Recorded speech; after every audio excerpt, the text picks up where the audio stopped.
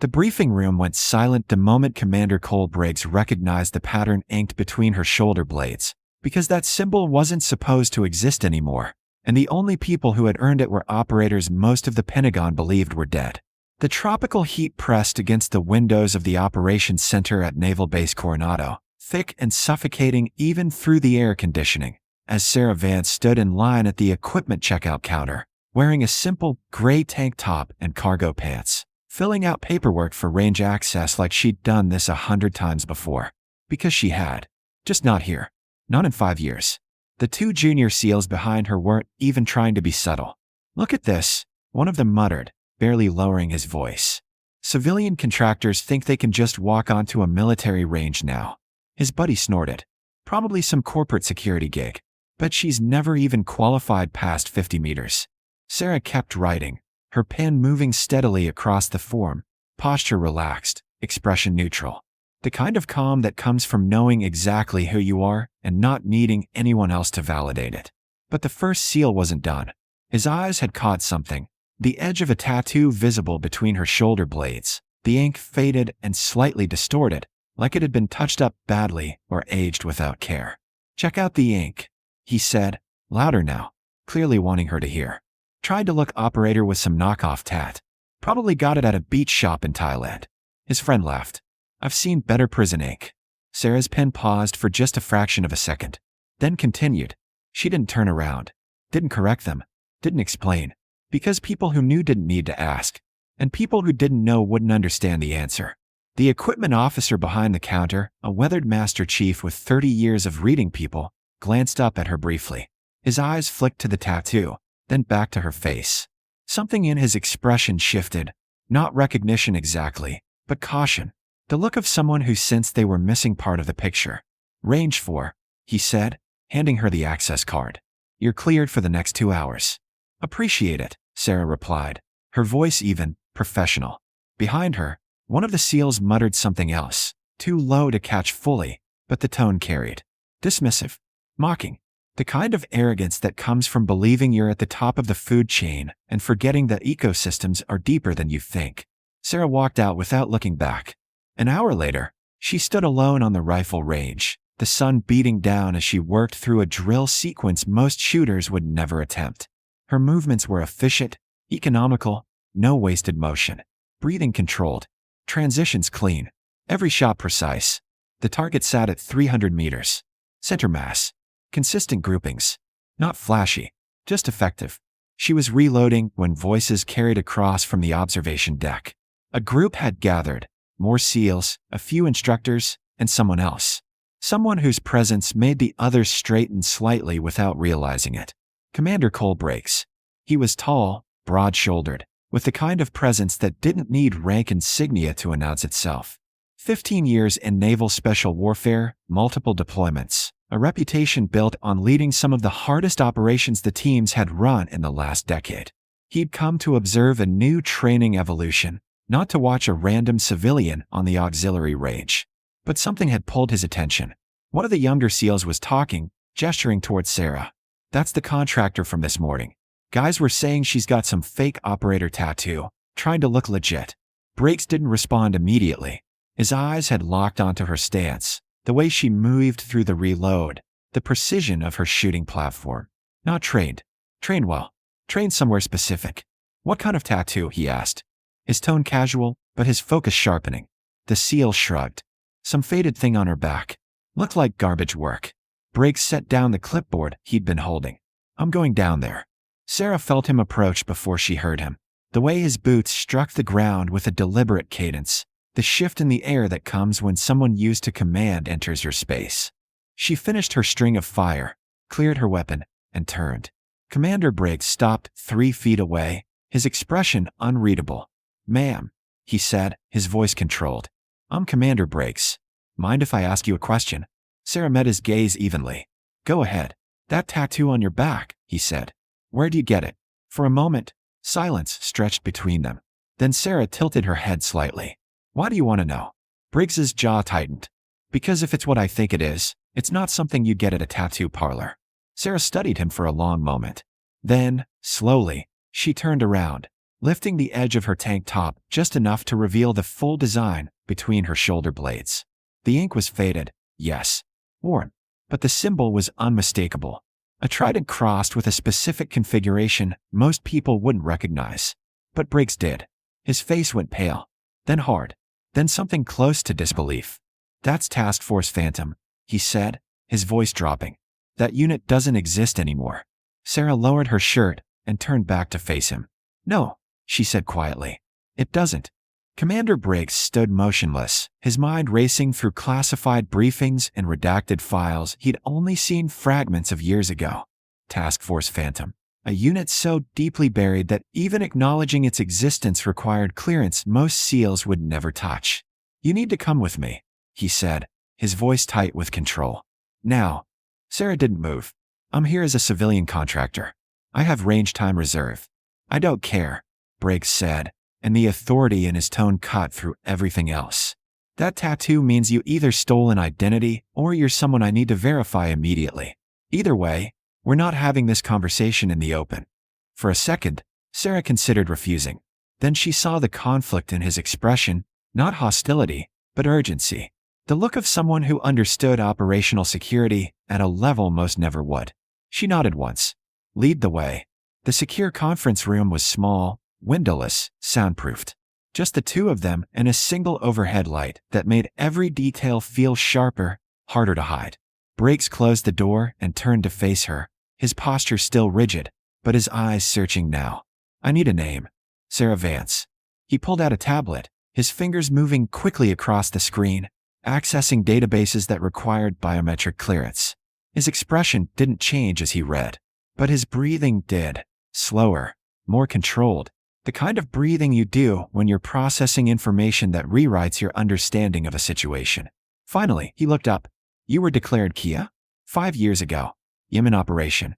Sarah's voice stayed level. "I was extracted. Barely. Medical evac to Germany, then stateside under a different designation. By the time I was stable enough to debrief, the unit had been dissolved. The official story was cleaner if I stayed dead." Briggs set the tablet down carefully, like it might shatter. "You let them erase you." "I didn't have a choice," Sarah said. "The operation went sideways. We lost people. The decision came from higher than either of us will ever reach.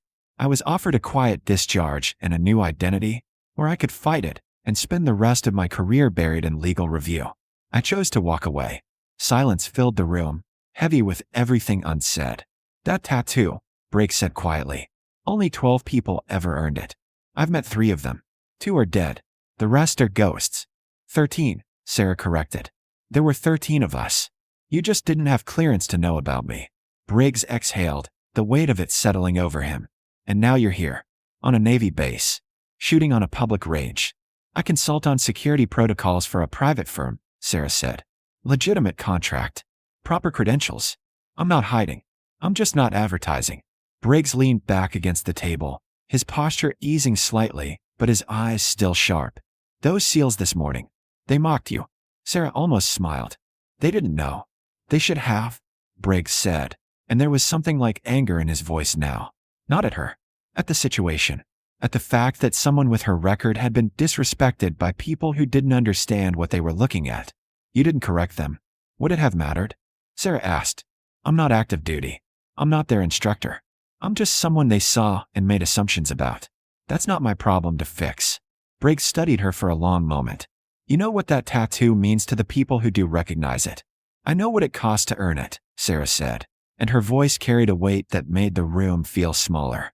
30 minutes later, Sarah walked back onto the range, her session resumed. But this time, she wasn't alone. Commander Briggs stood on the observation deck with the same group of SEALs from earlier, his posture commanding attention without a word. One of the junior SEALs who had mocked her that morning noticed him watching and stepped closer. "Sir, is there an issue with the civilian?" Briggs didn't look at him. His eyes stayed on Sarah. She moved through another drill, her precision unchanged, her focus absolute. "What did you say about her this morning?" The SEAL hesitated, sensing the shift in tone. "Just that. She seemed out of place. And the tattoo looked fake." Briggs finished. "Yes, sir." Briggs turned to face him then, and the look in his eyes made the younger man go rigid. That woman is former Task Force Phantom. Classified unit. Deep reconnaissance and direct action in denied territory. The tattoo you mocked represents operations you'll never read about and sacrifices you can't comprehend. The SEAL's face drained of color. You didn't know, Briggs said. And that's the problem. You made a judgment based on appearance and ignorance. Do you understand what that says about your readiness to operate in environments where assumptions get people killed? Silence. Absolute and suffocating. Briggs's voice dropped, colder now. She's better than you.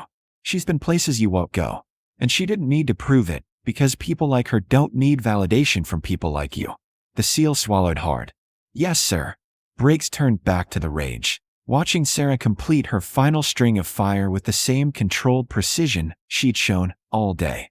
She's not the one who needs to prove anything here. The base commander's office felt smaller than it should have, the walls lined with commendations and unit photos that carried decades of history. Admiral Richard Hale sat behind his desk, reading the report Commander Briggs had submitted an hour earlier, his expression carefully neutral. "This is confirmed?" he asked, looking up. "Yes, sir," Briggs replied. "I verified her identity through JSOC archives. Sarah Vance, former Task Force Phantom, Kia status rescinded under classified authority 5 years ago. She's been living as a civilian contractor since her medical discharge." Hill set the report down slowly. "And the SEALs who disrespected her? They didn't know who she was," Briggs said. "But that's not an excuse. They made assumptions based on optics and failed to consider that someone with her background wouldn't advertise it." The Admiral leaned back in his chair. "What do you recommend?" Briggs didn't hesitate. "Formal recognition. Not public, but within the teams. If she's willing, I'd like her to speak to our junior operators. Teach them what real quiet professionalism looks like." Hill considered that, then nodded. "Set it up, but give her the choice. She doesn't owe us anything." Sarah stood on the beach outside the base perimeter, watching the waves roll in as the sun dipped toward the horizon. The sound of boots on sand made her turn. Commander Briggs approached slowly, stopping a respectful distance away. "Didn't think I'd find you here." "I needed air," Sarah said. "Been a long day." "I can imagine." Briggs paused, then continued. "I spoke with the Admiral. He wants to acknowledge what you did. Not publicly, but within the community. Let the teams know who you were. What you accomplished." Sarah's gaze returned to the water. "I didn't come back for recognition." "I know," Briggs said. "But maybe it's not about you. Maybe it's about them. The young ones who think they know everything because they made it through selection. They need to understand that strength doesn't always announce itself."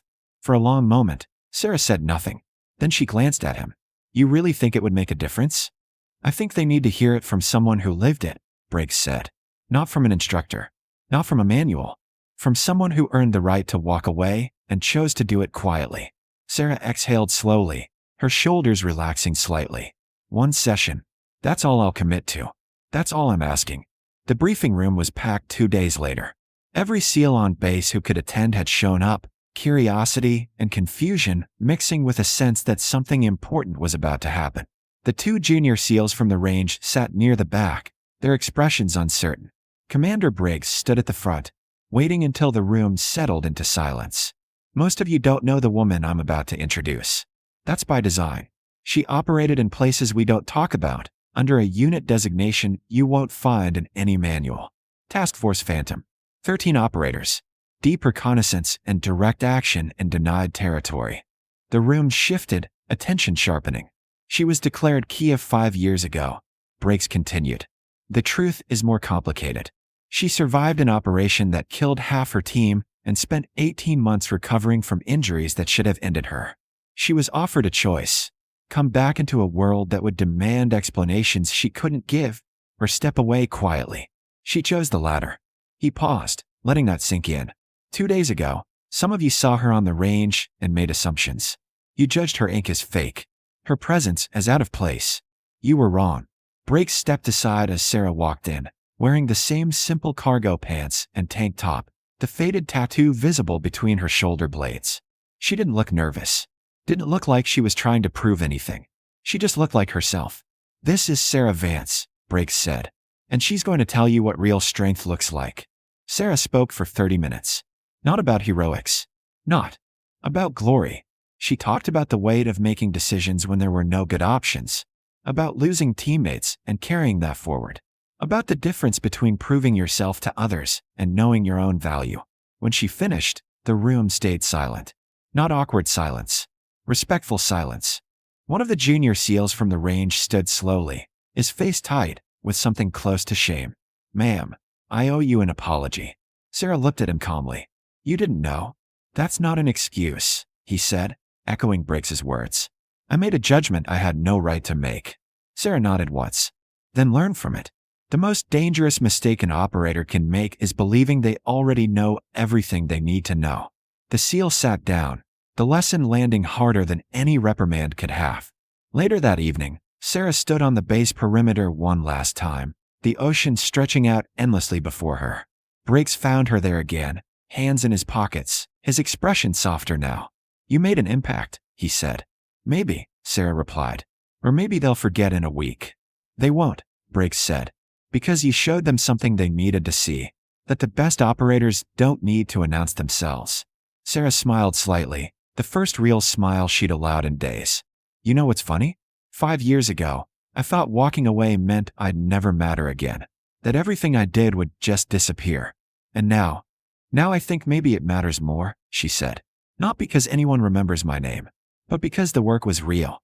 And that doesn't change whether people know about it or not." Briggs nodded. "For what it's worth, I'm glad you came back. Even just for this." Sarah turned to face him, her expression steady. "So am I." She walked away slowly, boots crunching on sand, the faded tattoo catching the last light of the setting sun. Not a relic, not a mistake. A reminder that the most important battles are often the ones fought quietly, carried forward by people who don't need the world to know they were there. And as Commander Briggs watched her go, he understood what his teams were only beginning to learn, that real strength doesn't shout. It endures. And the people who carry it don't need validation. They just keep moving forward, one quiet step at a time.